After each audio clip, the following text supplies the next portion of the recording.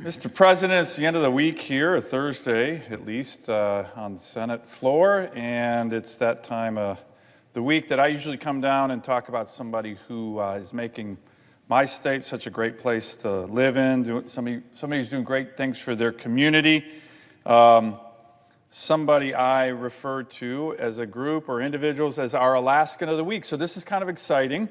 The pages usually see this as the most exciting speech of the week, because they learn about Alaska.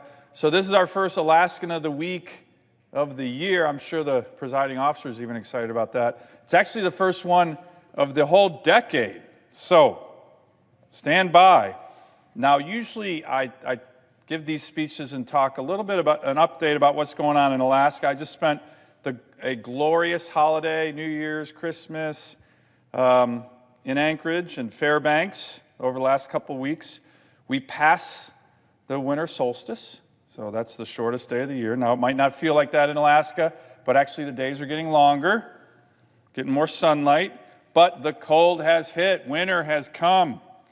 In Anchorage, our largest city, my hometown, temperatures just last weekend when I was home dropping into the 15 below zero range. Now, in the interior of Alaska, that's a little more north, it hit 65 below zero in Manly Hot Springs on December 27th. Mr. President, that rivals the winter temperature on Mars. Okay? It's cold.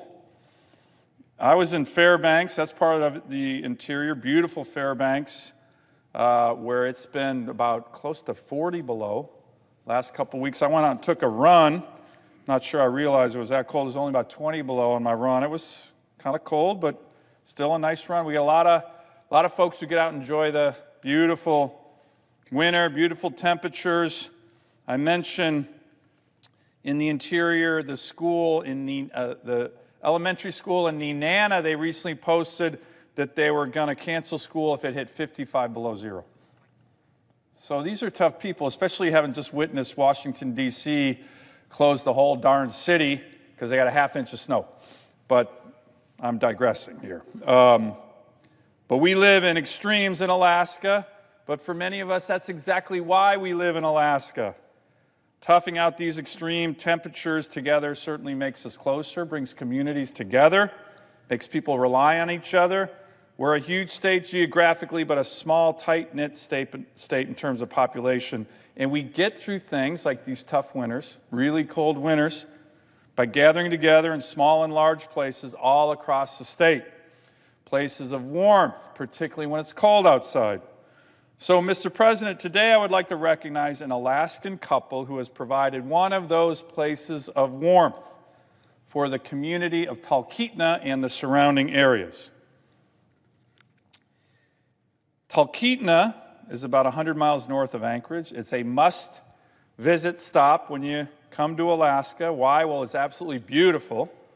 It's the gateway to Denali National Park, and if you like a sightseeing tour for Denali, it almost certainly is going to take off in Talkeetna. So I encourage everybody who's watching here in the gallery or on TV, you got to come to Alaska. You got to visit winter, summer, fall, spring. It doesn't matter. You will have the best trip of a lifetime. Go to Talkeetna. It's also a unique town in many ways, Alaska unique. It was the model for the TV show many years ago, Northern Exposure. And its honorary member for 10 years was a cat named Stubbs. So you get the picture. It's a town filled with generous and warm people who love their state, their communities, their country. So, Mr. President, our Alaskans of the week today are Doug and April Moore. They are the owners of an iconic store in Talkeetna, Moore's Hardware and Building Supply. It's a hardware store with a heart and a place for the community to gather, particularly in the winter. And it's a place that the Moores run to reflect the value of families and communities that they hold so dear. So let me tell you a little bit about the Moores. Doug's parents and his brother moved from Anchorage to Talkeetna in 1981. When Doug was a preteen, his parents wanted to live in a smaller community, smaller than Anchorage, and they wanted to own their own business. So they chose a tool store housed in a Quonset hut And like many small business owners all across Alaska, all across America, They got to work. Hard work, long hours, but that's what they did. The younger Moores worked at the store when they were growing up, but Doug chose to be a surveyor when he was in college. And eventually he ran into April, his wife, at a restaurant in Talkeetna, and because it's a small town, they knew each other. They'd grown up just a quarter-mile apart, but things clicked at that restaurant.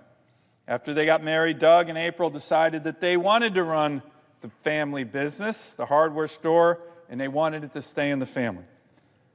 Fast forward now, if you live in Talkeetna, you want a house. To build a house, you want to make repairs, you need a hammer, a nail, or just for a cup of coffee. Their store is more than 10,000 square feet with a staff of about 20, with more in the summer. The staff love the place. They love the Moores because they're great people, great owners, dedicated owners. Here's how one employee describes working for them. You will never find anyone like them anywhere. Another said, they are amazing people, an amazing couple. What they do to us personally, they take care of us. They make sure we are taken care of. If we have family issues, they understand and do everything that they can to help. Doug recently said, we're a family-oriented business. The families of the people who work for us are very important. The kids of our employees have grown up in the business. Both of their parents have been together for 50 years, and Doug and April have been together for 25. These are really important milestones, really important examples. As Doug said, we really believe that's one of the big problems with America right now. Families not staying together, and we try to live our values. The Moores are also heavily involved in the community. April was a Girl Scouts leader and a PTA member. Doug was the president of the community council, a volunteer emergency medical technician, a volunteer firefighter. They help on Thanksgiving with the food bank as well as the local gun club and firing range. They give where they can. They give back to the community. They are integrated into the community. Mr. President, last summer, a series of wildfires ravaged through south central Alaska. The most destructive of these fires was the 3,700-acre McKinley fire. It destroyed 51 homes, 3 businesses, and 84 outbuildings. Thank God nobody in Alaska was killed. As one of the largest hardware stores servicing that region where that fire was, Moore's Hardware and Building Supplies stepped up, donating time, equipment, and giving to people who needed help, people who needed to rebuild.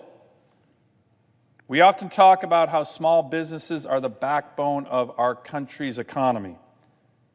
But here's the thing, they're also the backbone of our communities. In small towns throughout America or throughout Alaska, businesses are not just places for people to go and shop for things. They can also be places where people get together, where people give to one another. In fact, Mr. President, they're often the glue that holds communities together. This is what Moore's Hardware and Building Supply is. I've had the honor of going there, shopping there, seeing this great store and community in action. Now, one of the Moore sons, Justin, is in training to take over the store when Doug and April finally retire. It will then be an official third-generation small business in the great state of Alaska. What a great accomplishment that will be. Justin is committed, just like Doug and April, to their employees and their communities, so I want to thank the Moores. In fact, I want to thank all small business owners across Alaska and across the country for your hard work. And Doug and April, thank you not just for that hard work, but for all you're doing for the community of Talkeetna and the surrounding areas and for the great state of Alaska. And congratulations on being our first Alaskan of the Week of 2020. I yield the floor.